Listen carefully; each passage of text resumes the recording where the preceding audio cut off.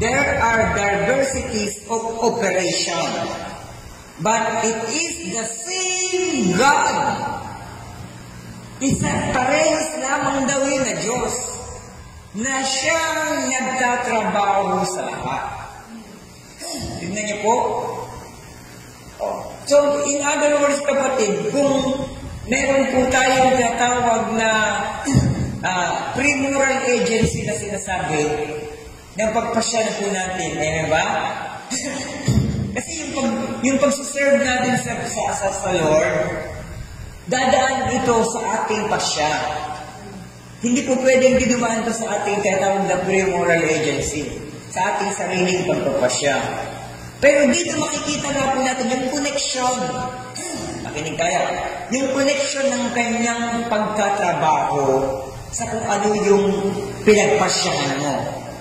Nakita niyo? Amen? Kaya kapatid, ulitin ko natin, wala pong pagsala na bagamat tayo po ay meron pong sariling pagpapasya sa lahat ng ating pong desisyon sa buhay, mga gagawin po natin, gampanan po natin, exclusive po para sa paglilingkod lamang ng Panginoon. Exclusive po ito ng walang iba. No? Hindi po natin nasasama po dito yung pag-secular na knowledge, secular na work. Hindi po ito. Exclusive po for the work of the ministry. Lahat ng ginagawa natin, makinig po tayo. Simpleng paglilingkod, kahit sabihin magwawalis ka lang dito. Si Sister Gloria sa paligid, madalas siya. Sa paligid, ha?